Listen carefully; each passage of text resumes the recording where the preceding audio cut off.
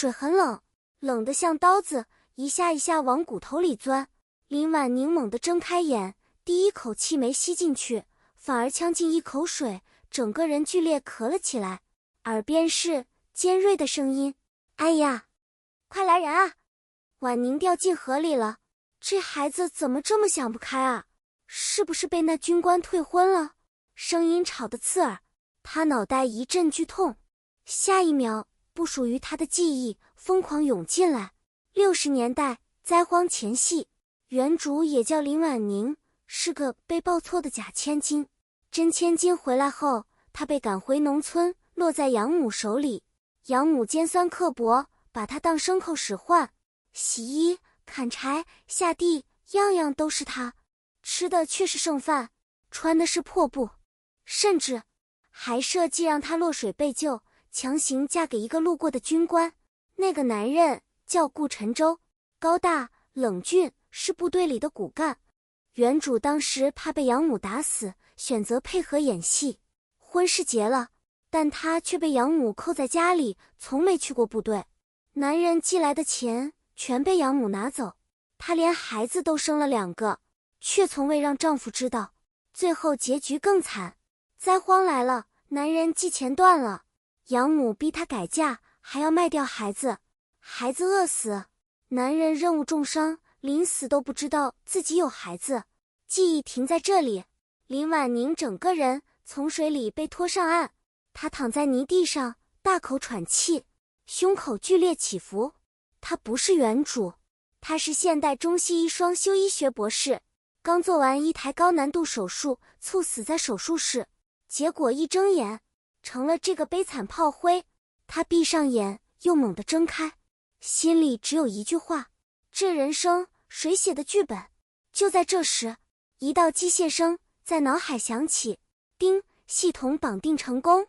宿主林婉宁，现世。提示：本体为你前世。林婉宁愣住，前世？你前世选择忍让，导致子亡夫死，命运崩塌。本次任务逆转人生，奖励灵泉空间。下一秒，他意识一沉，眼前画面改变，一片清澈泉水静静流动，空气温润，带着淡淡药香。他只是站在那里，整个人都舒服了几分。医者的直觉告诉他，这东西不简单，有点意思。他嘴角微微勾起，再睁眼回到现实，周围一圈人围住，养母张翠花正拍着大腿哭：“我这苦命的女儿啊，怎么就想不开跳河啊？”说着还偷偷掐了他一把，低声咬牙：“还敢给我闹这出戏？”林婉宁眼神一冷，下一秒她猛地坐起来，一把抓住张翠花的手腕，力道大得吓人。“你再碰我一下试试。”声音不大，却冷得发寒。张翠花愣住了，周围人也愣住，这还是那个唯唯诺诺的林婉宁。林婉宁扫了一圈，视线落在远处2个瘦小的孩子身上，一男一女，衣服破烂，脸色蜡黄，正怯生生看着他。他心口猛地一紧，那是他的孩子，那2个最后被饿死的孩子。他喉咙一紧，下一秒眼神彻底变了。他站起来，水顺着衣角滴下，声音不大却清晰：“从今天开始，我不干活了，也不交钱，孩子我会带走。还有。”他看向张翠花，笑了，笑得很轻，却让人发寒。“当年的戏是你让我演的，这笔账我会慢慢算。”全场安静，风从河边吹过，带着点冷，也带着一场翻盘的开始。河边的人还没散，张翠花脸色变了变，忽然拔高嗓门：“你这死丫头发什么疯？刚从鬼门关回来就敢顶嘴，还不快给我跪下！”他一边骂一边抬手就要打。啪！清脆的一声，不是张翠花打人，是林婉宁。他反手就是一巴掌，干脆利落，没有半点犹豫。大家安静了。张翠花被打得整个人一偏，脸上瞬间浮起红印。她愣了2秒，才反应过来，尖叫起来：“你敢打我？你这贱丫头！”林婉宁站在原地，气息平稳。这一巴掌是还你刚才掐我的。她语气很淡，像在说一件再普通不过的事。还有以前的，我会一点一点算清楚。张翠花气得发抖，伸手就要再扑上来。林婉宁往旁边一侧，顺势一拧她手腕，动作干净利落，是她在现代学过的防身手法。张翠花当场痛得嗷一声，啊，放手！你要掰断我手了，你再动，我就真掰断。林婉宁压低声音，冷得没有一丝温度。张翠花瞬间不敢动了，旁边有人小声嘀咕，婉宁这是变了啊，看着有点吓人，该不会真被水冲出毛病了吧？林婉宁没理，她松开手。张翠花踉跄退了2步，脸色难看，但她不敢再动手。林婉宁转身朝那2个孩子走去，男孩跟女孩年纪一样大，大概5、6岁，瘦得只剩骨架。女孩看着更瘦小了，2个孩子是双胞胎。2人看到她过来，下意识往后缩，像见惯了挨打。林婉宁心里一刺，她蹲下来，语气放轻，过来。没人敢动，她没有再说第2遍，只是伸手直接把小女孩抱了起来。孩子轻得过分，像一团没有重量的棉。她喉咙一紧，另一只手牵住男孩，男孩僵了一下，但没有甩开，只是低着头不敢看他。林婉宁站起来，回头看向张翠花，家里的东西我要带走一半。张翠花瞬间炸了，你做梦，那是我们家的，我男人寄的钱买的。林婉宁语气平静，张翠花一时说不出话。旁边几个人互相看了看，有人忍不住开口，这话也不是没道理，那军官每个月寄钱，大家都知道。张翠花脸色更难看。林婉宁不再多说，牵着孩子直接往家里走。人群自动让开一条路，没人敢拦。屋子很小，又黑又潮湿，角落堆着柴，锅里空荡荡。林婉宁扫了一眼，脑中快速思考，她现在有3件事要做。第一，先让孩子吃饱；第2，拿回属于自己的东西；第3，离开这个地方。她走到米缸前，掀开盖子，里面还有一点米。她没有犹豫，直接舀出来。张翠花冲进来，看到这一幕，气得跳脚，你给我放下，那是给你弟留的。林婉宁头当没听到，她点火动作熟练，像做过无数次。很快锅里开始冒热气，小女孩闻到味道，忍不住咽口水。男孩眼睛也亮了一下，却还是忍着不动。林婉宁把他拉过来，坐好。他盛出2碗，先给孩子。2人一开始还不敢动，他直接把勺子塞进他们手里，吃。下一秒，2个孩子几乎是狼吞虎咽，吃得太急，差点呛到。林婉宁伸手拍了拍他们背，动作很轻，这一试，他不会再让他们饿死。张翠花在旁边气得直跺脚，却不敢再抢。林婉宁吃了2口，在心里意念一动，她的意识进入空间，外面的人只会以为她发了一下呆。她在空间里捧了一口灵泉水，下一秒意识回到身体，现实中的她手还停在碗边，像什么都没发生过。她顺势低头，悄悄把灵泉水滴进孩子的碗里，没有声音，也没人察觉。孩子喝下去的瞬间，脸色似乎好了那么一点。林婉宁眼底微微一亮，果然有用。她抬头看向门外说，吃完我们就走。男孩抬头小声问，去哪？林婉宁看着他，语气平静地说，去找你们爹。屋子里安静了，张翠花脸色猛地变了，你敢？林婉宁笑了一下，你看我敢不敢？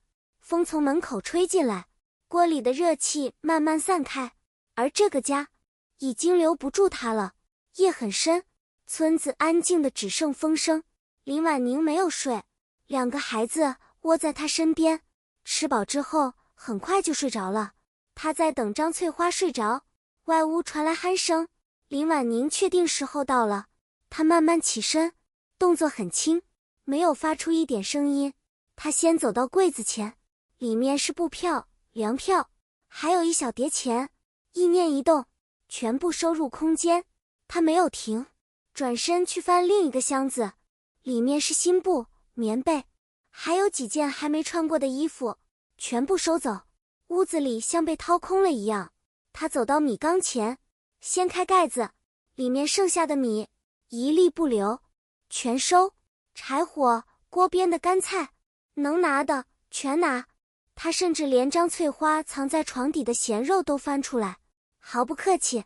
整个屋子像被洗劫过一样，却没有半点痕迹。林婉宁站在原地，轻轻吐出一口气，这种感觉很爽。她转头看向还在熟睡的张翠花，眼神冷得没有一丝温度。这只是开始，她低声说，等他醒来才会真正崩溃。林婉宁回到床边，把两个孩子轻轻抱起来，一个背在背上，一个抱在怀里。她推开门，夜风一下子灌进来。她没有回头，走出这个家。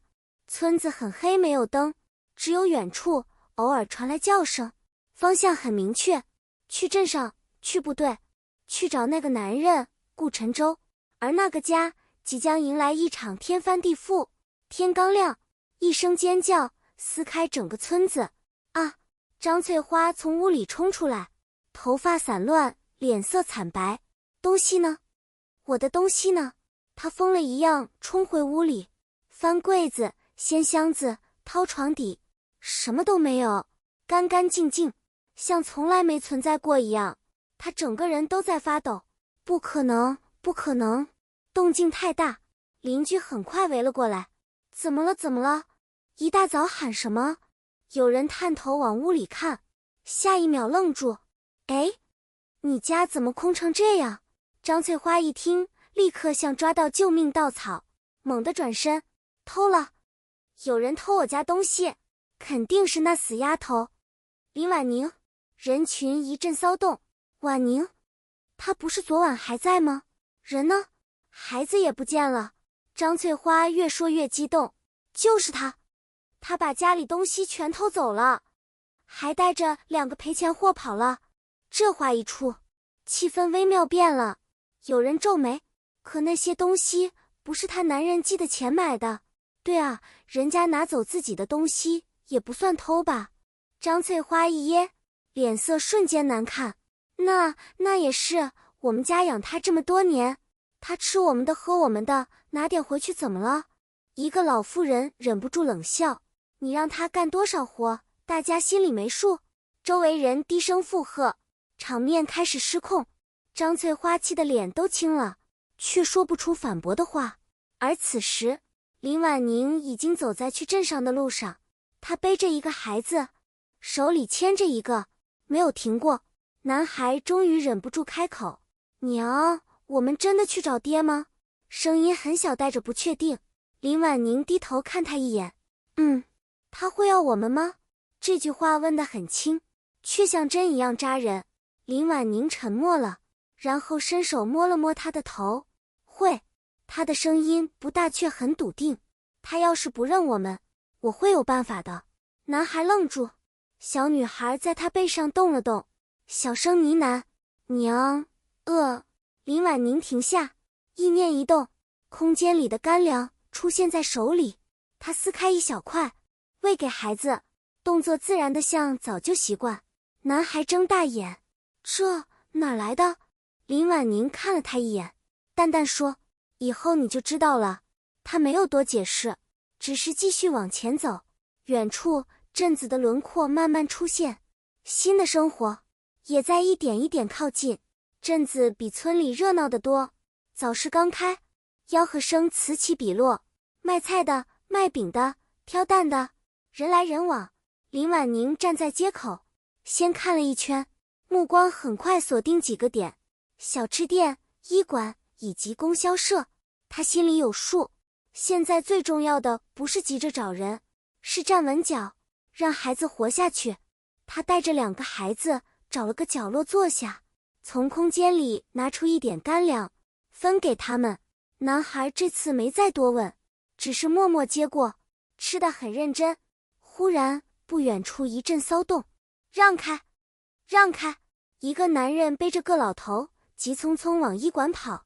老头脸色发青，呼吸急促，嘴唇发紫。有人在旁边喊：“是不是中风了？看着不对劲啊！”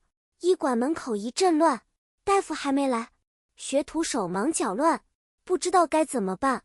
林婉宁只看了一眼，就站了起来。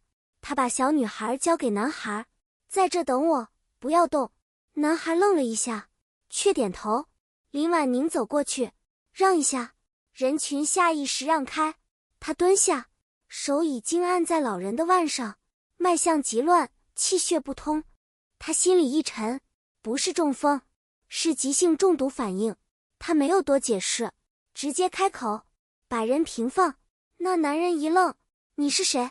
想救他，就照我说的做。”没有半点犹豫，男人咬牙照做。林婉宁迅速从空间取出一小撮解毒药粉，用指尖掩着，没人看见。他混进水里，喂进老人嘴里，同时按压穴位，手法又快又准。几秒之后，老人猛地咳了一声，吐出一口黑色浊液，呼吸开始顺畅，周围人瞬间炸开。醒了，真的醒了！男人激动的眼眶发红。大夫，大夫，你救了我爹！林婉宁站起来，不是大夫。他看了医馆一眼，有空房吗？学徒连忙点头，有。他把人交过去，转身要走。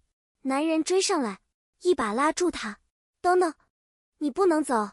林婉宁回头，男人急忙松手，语气却诚恳，你救了我爹，总要让我报答。林婉宁想了想，给我换点粮票和现钱，很直接，没有半点客气。男人一愣，随即点头，行，要多少给多少。1刻钟后，他手里多了一小叠钱和几张粮票，不多，但够用一段时间。他回到孩子身边，男孩抬头看他，眼神不一样了，带着一点崇拜。娘，你会治病？林婉宁把东西收好，淡淡一笑，会一点。他站起来看向医馆，眼底多了一点算计，这里或许可以落脚。他低声说，走。医馆里气氛不对，刚才那老人的情况稳住了，但人还没完全醒。学徒急得满头汗。就在这时，门口一阵脚步声，一个白发老者走了进来，一进门就问，怎么回事？学徒连忙把事情说了一遍，还指了指林婉宁，是他救的。老者目光落在他身上，上下打量，眉头微皱。你？语气明显不信。林婉宁也不解释，只是淡淡说，人还没脱险。老者一愣，立刻回头查看，下一秒脸色变了，毒还在。他猛地转头，你刚才怎么处理的？林婉宁走过去，没有废话，借针。老者皱眉，却还是把针递给他。林婉宁出手了，落针又快又稳，几乎没有停顿，手法利落的不像这个年代的人。几个穴位下去，老人身体猛地一颤，又吐出一口黑血，呼吸彻底顺了，脸色开始回转，整个人像从鬼门关拉回来。医馆里一片安静，老者眼神变了，你学过？林婉宁收针，语气平静，懂一点。老者沉默几秒，忽然开口，留下来。学徒愣住，师傅。老者没理，只是看着林婉宁，我这里缺人，你留下，我给你地方住，还有粮食，条件很直接。林婉宁没有立刻答，她看了一眼2个孩子，又看了看医馆，心里已经有答案，但她还是开口，我有条件。老者挑眉，说，我不做学徒，我要行医。学徒倒吸一口气，老者也沉默，随后竟然点头，可以，但你要证明。他说，病人越多越好。医馆外人群还没散，刚才那一幕已经传开了。而此刻有人低声说，刚刚那女人好像真会医。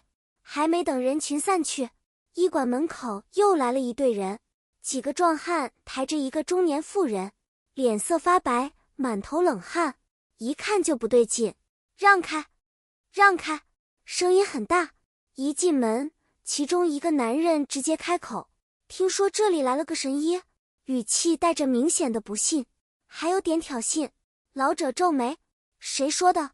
那男人冷笑，外面都传疯了，说一个女人几下就把人救活，我倒要看看是不是装神弄鬼。话说的难听，学徒脸色都变了，林婉宁却没动，只是淡淡看了一眼，人先放下。那男人一愣，你就是那个人？林婉宁没有回答，直接蹲下，手已经按在妇人的腕上，脉象沉乱，气血堵滞，拖太久了，再晚一点人就废了。他抬头，你们耽误多久了？那男人被他问得一愣，半天。林婉宁冷笑，再拖半天，准备收尸。那男人脸色变了，你想救就闭嘴。他语气不重，却压得人说不出话。老者在旁边看着，林婉宁动手了，这一次比刚才更快。他意念一动，空间里的药材已经到手，他用袖子遮了一下，没人看见。指尖翻转，药粉入水，喂下后开始施针，几个穴位连续压下。几秒后，妇人身体猛地一震，一口黑血吐出，整个人瞬间软下来。所有人心一沉，死了。下一秒，妇人猛地吸了一口气，胸口剧烈起伏，眼睛睁开，活了。现场直接炸开，活了，真的就回来了。刚才那男人整个人僵住，脸色从不信到震惊，他张了张嘴，一句话说不出来。林婉宁站起来，语气淡淡地说，下一个。简简单单3个字，却像一巴掌，直接打在所有人脸上。人群瞬间骚动，有人开始往前挤。我先来，我这病好多年了，大夫，看看我。医馆门口一下子乱了。老者深吸一口气，终于开口，排队。他转头看向林婉宁，眼神里已经不是怀疑，是认可。从今天开始，你坐堂。学徒整个人傻了，坐堂那是大夫才有的资格。林婉宁却只是淡淡点头，可以。他坐下，孩子就在一旁，阳光从门口照进来，落在他身上。这一刻，他不再是那个只能被欺负的人。医馆刚稳下来，门口忽然又静了一瞬，有人低声说，军人来了。人群自动让开，几个穿着军装的男人走了进来，气场和普通人完全不同。为首的是个年轻军官，眉眼冷硬，目光一扫，直接落在林婉宁身上。刚才救人的是你？林婉宁抬头，是。那军官盯着他看了2秒，跟我走一趟。学徒一愣，去哪？军官没有看他，只说2个字，部队。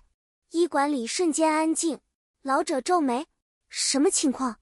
军官这才开口，我们那边有个重伤员，军医处理不了，需要他帮忙。这句话一出，所有人都愣住，连老者都沉默了。军医都不行？林婉宁站了起来，没有犹豫，可以。他看了一眼2个孩子，男孩立刻抓紧他的衣角，眼神有点慌。林婉宁蹲下，声音低了几分，跟我一起。男孩愣住，去部队。他点头，然后站起来，看向那军官，他们跟我走，语气不是商量。军官皱了下眉，本来要拒绝，但想起那个躺在床上的人，最后还是点头。快点，车是军用吉普，很旧，但速度很快。孩子第一次坐这种车，紧张的不敢动。林婉宁一手抱着小的，一手护着大的，眼神却很平静。他知道这一趟就是他真正翻身的开始。车子一路颠簸，很快进了部队。门口哨兵立正敬礼，气氛瞬间变得严肃。医疗室里，几个军医正围着一张床，脸色难看，血压在掉，止不住，再这样撑不过去了。门被推开，军官直接开口，人带来了。所有人同时回头，目光落在林婉宁身上。有人皱眉，他？语气明显不信。林婉宁没有理，直接走过去，看了一眼床上的人。下一秒，她的眼神变了，这伤比她想的还重，而那张脸，线条冷硬，轮廓深刻，即使昏迷，也带着一股压迫感。她心口微微一震，这个人很熟悉，但她没有停，手已经落在脉上，呼吸很弱，失血过多，还有内伤，在拖必死。她抬头，只说一句：“都让开。”几个军医互相看了一眼，有人忍不住开口：“你谁啊？这是手术室。”话还没说完，为首的军官沉声：“让开！”声音不高，却压住了所有人。林婉宁一眼扫过伤口，子弹伤，位置偏深，失血过多，那出血还在继续，再拖必死。他心里瞬间做出判断：热水，干净不？刀。语速很快，没有多余字。一个军医下意识反驳：“这不是你。”话到一半，被那军官一个眼神压住，照做。几秒之内，东西到位。林婉宁伸手，袖口微动，意念一闪，空间里的止血药与消毒药已经到手。他手法极快，几乎没有停顿，先止血，再清创，动作干净利落，不像这个年代的医疗手法，精准到可怕的手术操作。旁边的军医慢慢安静下来，他的注意力全在伤者身上，他找准位置下刀，利落，没有犹豫。几秒后，血块被清出，呼吸稍微稳了一点，但还不够。他皱眉：“再给我一盏灯。”有人立刻递过来，子弹卡在更深处，如果用这年代的方法，取不出来。他没有犹豫，意念一动，空间里的精细器具已经握在掌心，被袖口遮住，没人看见。他手指一转，深入伤口，夹住，再一提，子弹落在金属盘上，声音清脆。有人倒吸一口气，出来了。林婉宁没有停，迅速处理伤口，止血、缝合，动作一气呵成。最后一针落下，他才慢慢收手，暂时死不了。他语气平静，可整个房间的人都愣住了。军医们面面相觑，没人说话。刚才还质疑的人，此刻一句话都说不出来。就在这时，床上的男人手指微微动了一下，林婉宁一顿。下一秒，男人的眼睛缓缓睁开，视线模糊，却准确落在他身上。两人对视的一瞬间，时间像停住了。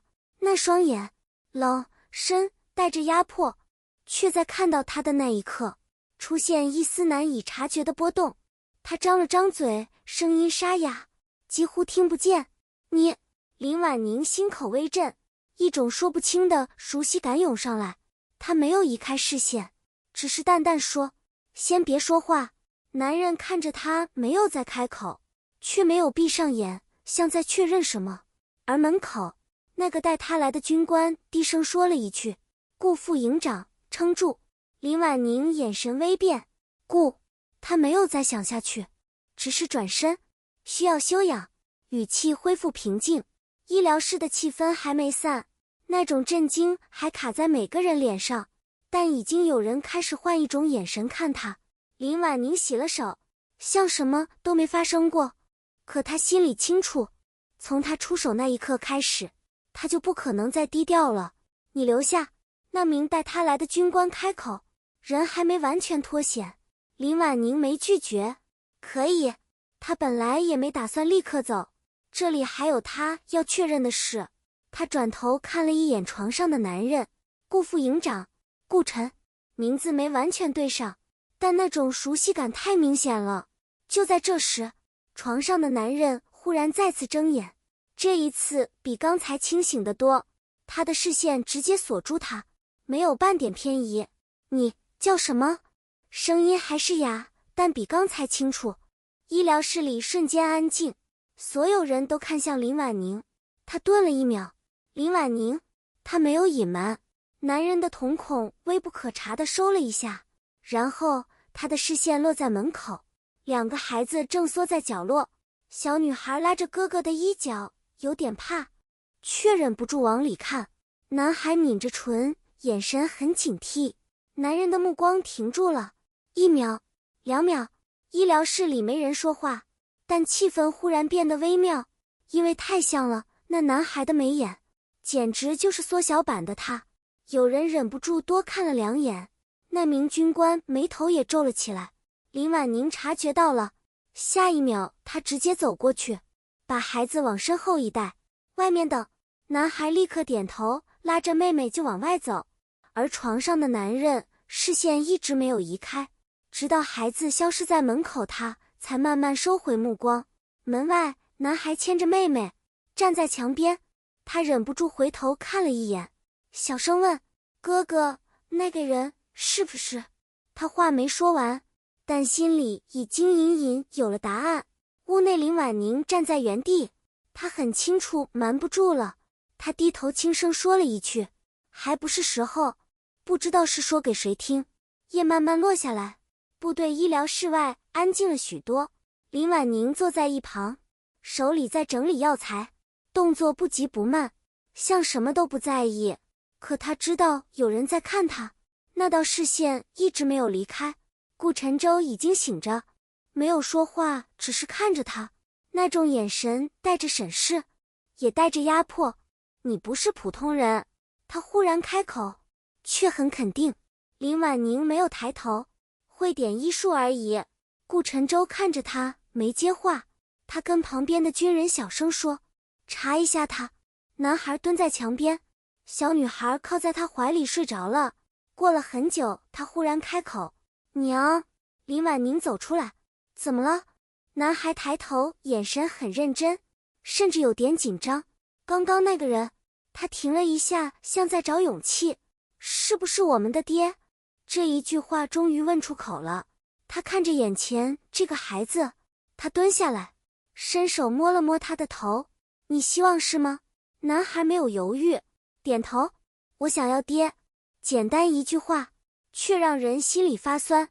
林婉宁喉咙微紧，他没有立刻回答，只是看着他。过了几秒，他才说：是。男孩整个人一僵，眼睛一下子红了。他没有哭，只是用力点头。林婉宁把他抱进怀里，但现在还不能说。他低声：再等等，好不好？男孩在他怀里点头，闷声说：好。而屋内，顾晨舟闭眼，刚才那句话他听见了。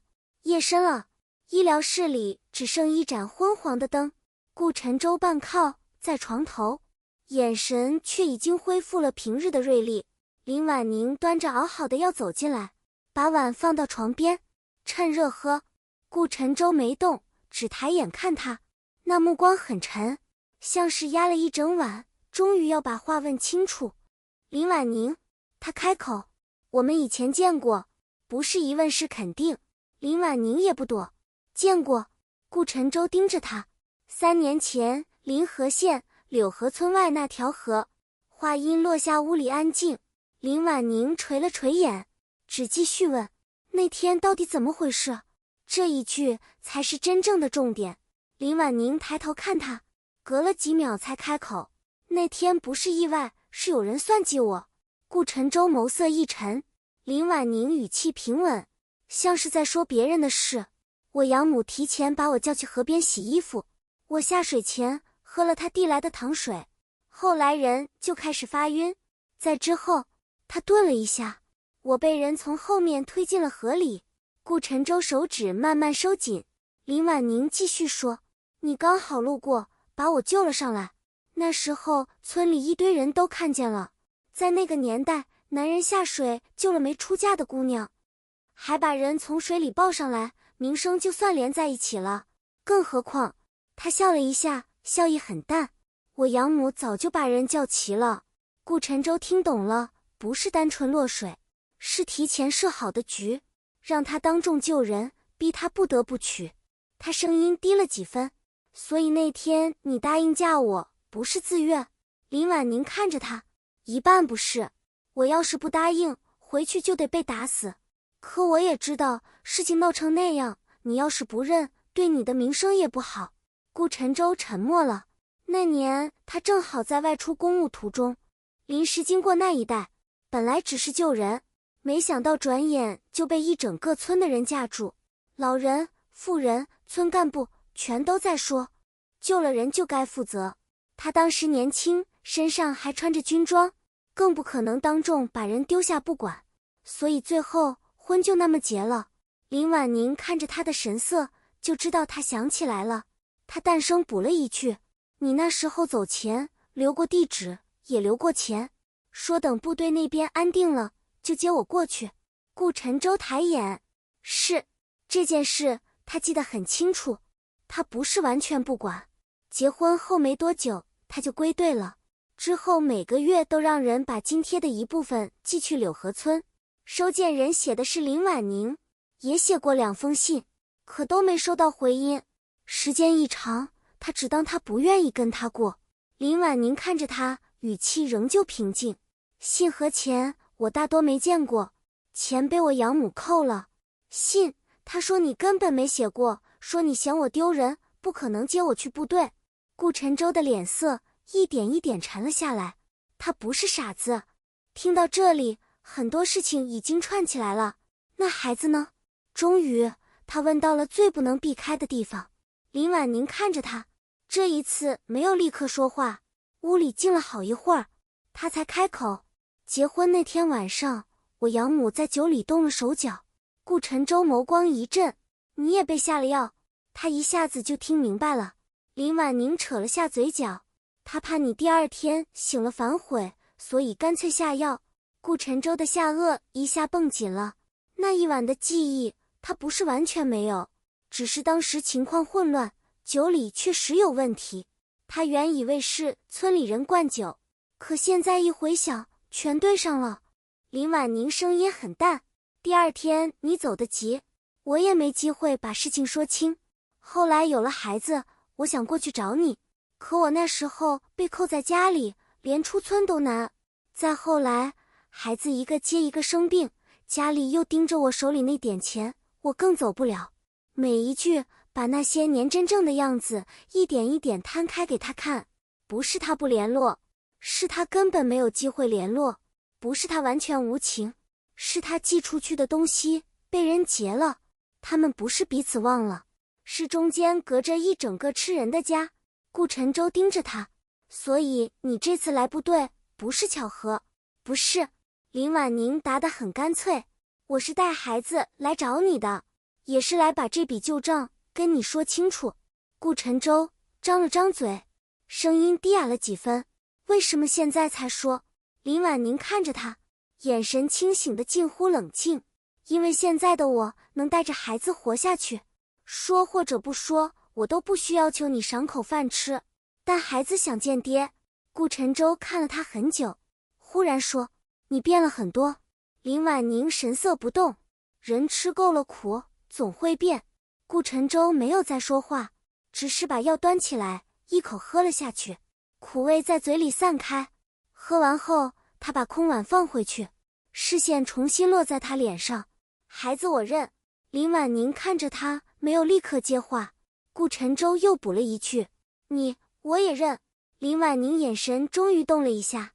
顾晨舟靠在床头，脸色仍旧苍白。以前的事我会查清楚，欠你的，欠孩子的，我会补。林婉宁听完，忽然笑了。顾晨舟，他第一次这样完整叫他的名字。你先把命养回来，再说大话。顾晨舟看着他笑了一声，却是2人见面以来第一次真正松开锋芒。